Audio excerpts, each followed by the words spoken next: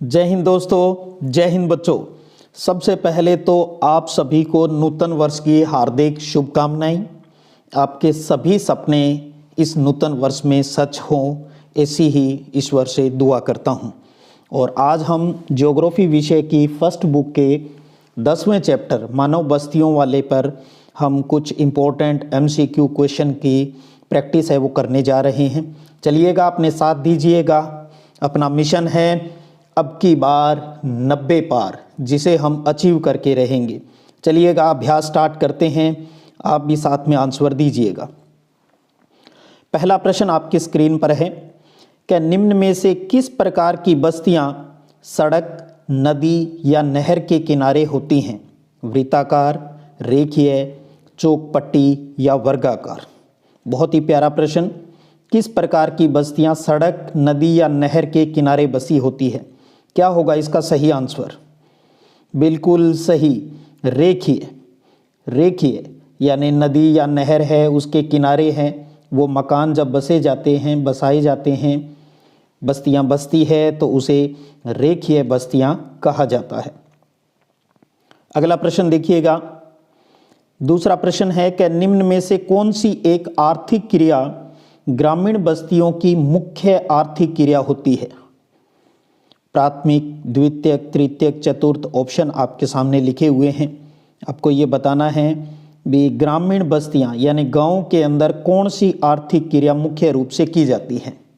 सही आंसर क्या होगा? बिल्कुल सही, प्राथमिक। प्राथमिक कार्य जैसे कृषि करना, आखेट करना, खनन करना, ये सारे कार्य हैं वो प्राथमिक गतिविधियों के अंदर रहते हैं और गांव के अंदर ज़्यादातर यही कार्य संपन्न किए जाते हैं अपने जीवन यापन के लिए।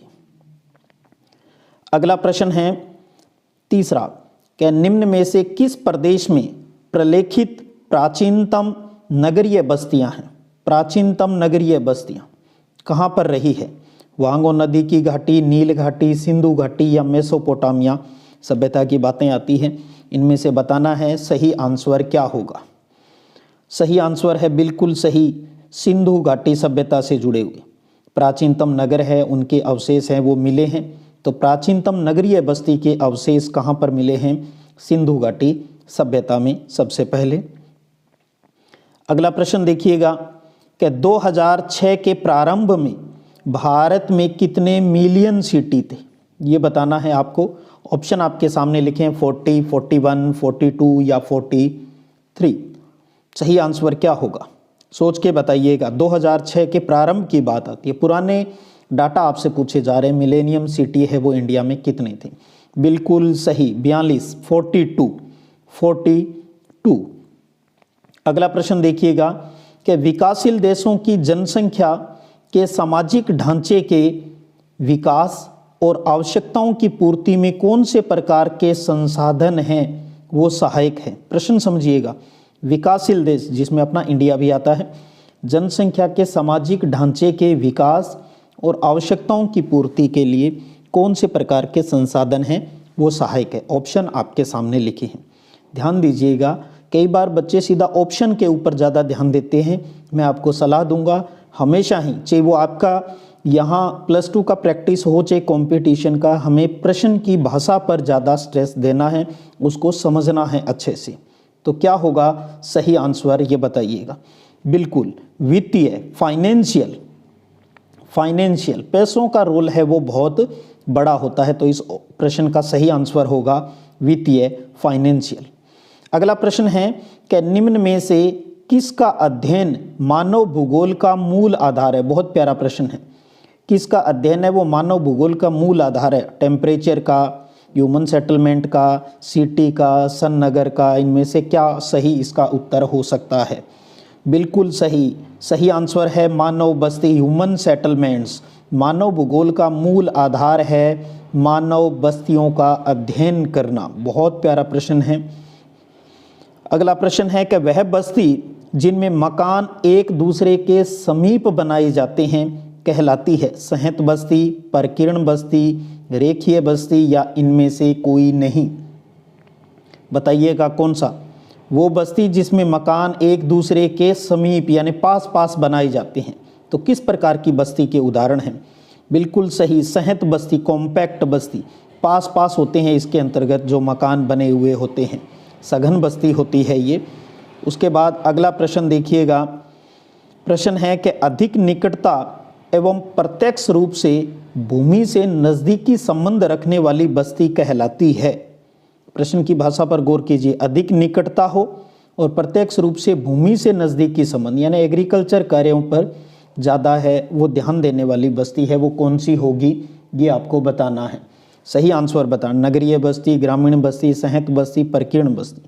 देखिएगा, सहत बस्ती और प्रकीर्ण बस्ती इसका उत्तर सही नहीं हो सकता, क्योंकि यहाँ प्रश्न की भाषा देखिए, अधिक निकटता और एग्रीकल्चर की बात आ रही है।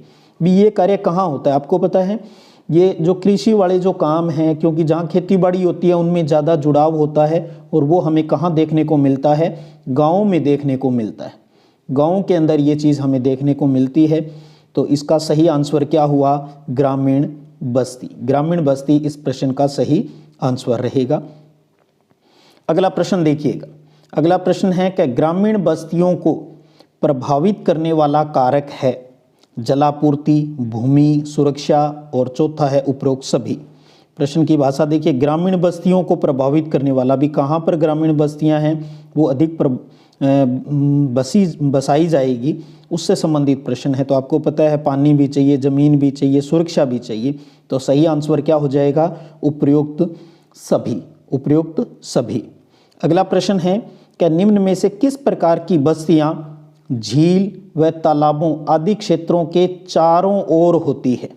झील और जो बस्तियां होती है, झील है, तालाब है, उन सब के चारों ओर जब बस्तियां बसाई जाती है तो ये किस प्रकार का उदाहरण है? ऑप्शन आपके सामने लिखे हुए हैं, आयताकार, वृत्ताकार, रेखिक, टी आकार। बिल्कुल सही, वृत्ताकार, सर्किल। ये नदी, झील, तालाब, जो भी झील या तालाब है और उसके चारों ओर हमने मकान बन गए हैं, गांव बस गया है, तो वो वृत्ताकार प्रतिरूप पैटर्न है, वो कहलाता है। अगला प्रश्न है कि निम्न में से कौन सा प्रशासनिक नगर नहीं है?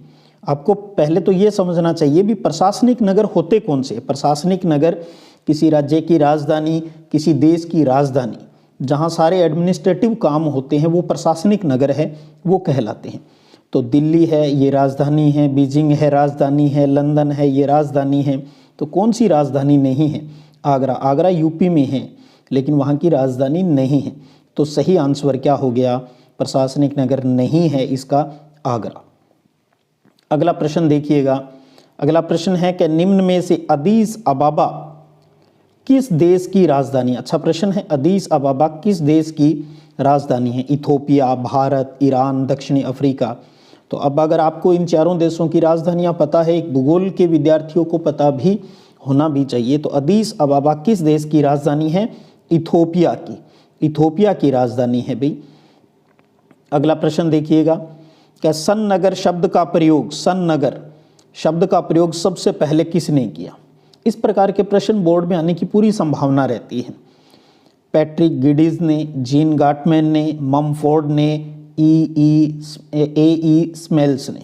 चार ऑप्शन आपके सामने लिखे हुए हैं। तो सही आंसर है भी सन्नगर शब्द किसने दिया? पैट्रिक गिडीज ने दिया। पैट्रिक गिडीज। लिखने का भी अभ्यास कर लीजिएगा भी कैसे लिखा जाता है, कई बार बच्चे लिखने में अशुद्धियाँ कर देते हैं। अगला प्रश्न है, ये दो इंपॉर्टेंट है भी, सन्नगर वाला आ गया चाहिए, मेगालोपोलिस आ गया। मेगालोपोलिस शब्द का प्रयोग निम्न में से किस विद्वान ने किया? लेविस ममफोर्ड ने, पैट्रिक गिडीज ने, जीन गाटमैन ने, हर्बर्टसन ने।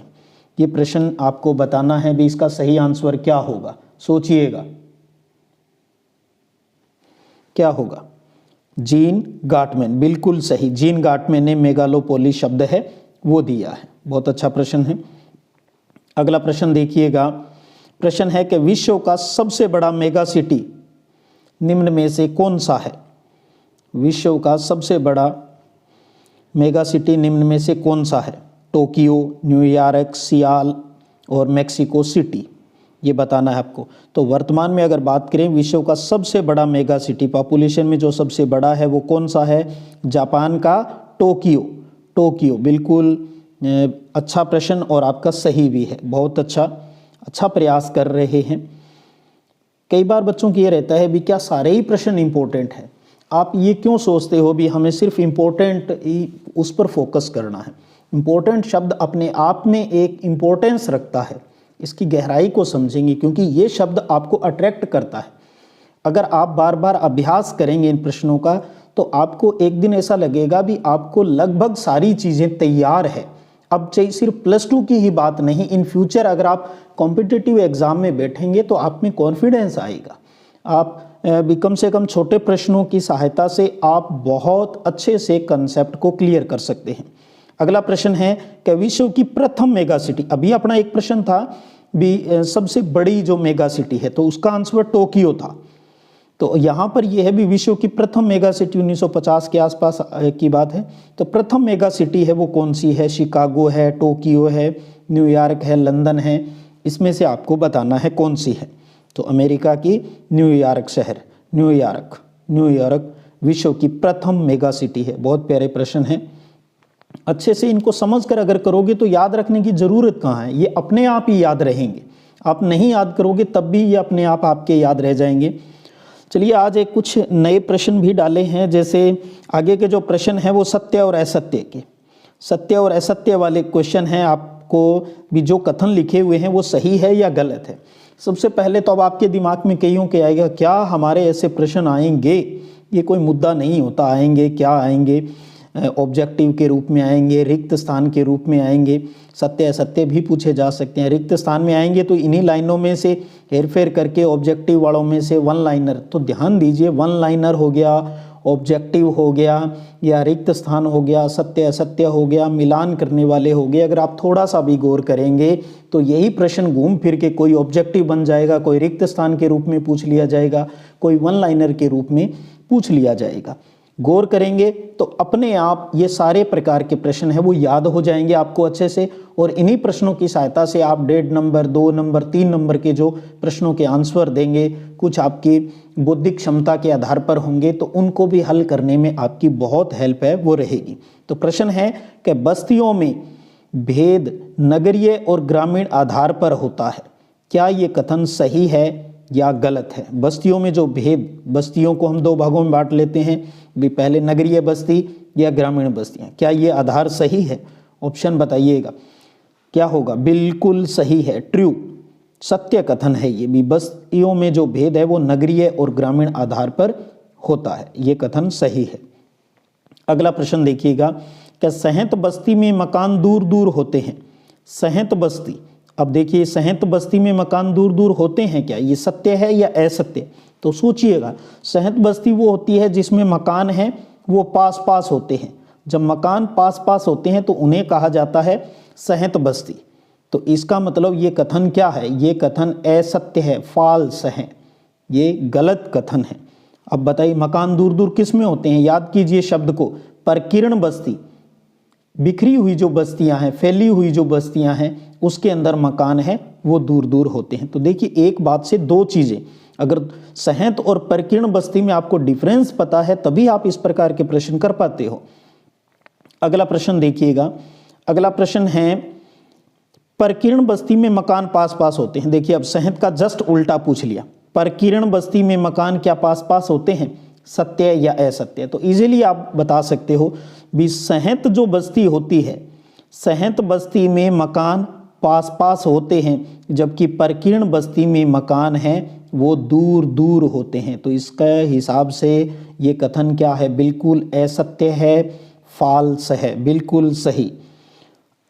और ये अगर आपका कंसेप्ट क्लियर है तो ऐसे प्रश्नों में बहुत इजी रहती है, आपको ये आसान लगेंगे, लेकिन आप सोच के देखिएगा इससे आपको जो एग्जामिनर है वो आपके माइंड को चेक कर रहा है, जीवित दिमाग आपका चल रहा है क्या, सो तो नहीं रहे, अंदाजे से तो आंसर नहीं दे रहे। अगला प्रश्न है कि सड़क किनारे रेखिक प्रतिरूप बनता है। हमने स्टार्टिंग में एक ऑब्जेक्टिव भी किया, बीच सड़क है, नदी है, नहर है, इनके किनारे जब मकान बनते हैं तो वो रेखीय प्रतिरूप बनता है। तो ये सड़क वाली बात आ गई, तो सड़क के किनारे कौन से प्रतिरूप बनते हैं? रेखिक या रेखीय प्रतिरूप, लीनियर पैटर्न है वो ही बनता है। तो कथन सही हुआ, यह असत्य। तो कथन बिल्कुल सत्य, ट्रू। अगला प्रश्न देखिएगा, अगला प्रश्न है कि वर्तमान में 25 मेगा सिटी है क्या वर्तमान में विश्व संदर्भ में है? क्या 25 मेगा सिटी है? सत्य या असत्य? बताइएगा क्या रहेगा। बिल्कुल 25 मेगा सिटी है, जिसमें सबसे अधिक पॉपुलेशन वाला हम बात कर चुके हैं टोक्यो है। और ये भी ध्यान रखिएगा, सबसे पहले मेगा सिटी कौन बना था? न्यूयॉर्क बना था। वर्तमान में 25 मेगा सिटी है, ये कथन बिल्कुल सत्य है, ट्रू है। तो इस प्रकार से आज आपने 10वें चैप्टर में 21 क्वेश्चनों को और इनसे जुड़े हुए प्रश्नों को अच्छे से आज यहाँ समझा है। उम्मीद करता हूँ इसी प्रकार आप आगे बढ़ते रहेंगे, अभ्यास करते रहेंगे। अब वक्त है अच्छे से कंसंट्रेट होकर अपनी पढ़ाई पर फोकस करने का। अननेसेसरी आपने टाइम बहुत पहले निकाला है, कुछ अब भी निकाल रहे हैं, आगे वक्त ही वक्त है। अब तो 2 ही महीने बचे हैं, अपने आप को संभालिएगा। अपने आप को संभालना बहुत ज़रूरी है। वक्त निकल जाएगा, वक्त किसी का इंतज़ार नहीं करता, ये वापस नहीं आएगा। आप सब समझदार हो बच्चे, तो उम्मीद करता हूँ आप सब लाभान्वित हो रहे होंगे।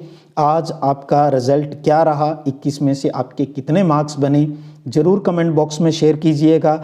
और एक बार फिर आप सभी सिद्धिविनायक के सिपाहियों को ढेर सारी नए वर्ष की शुभकामनाएं। जय हिंद, जय भारत।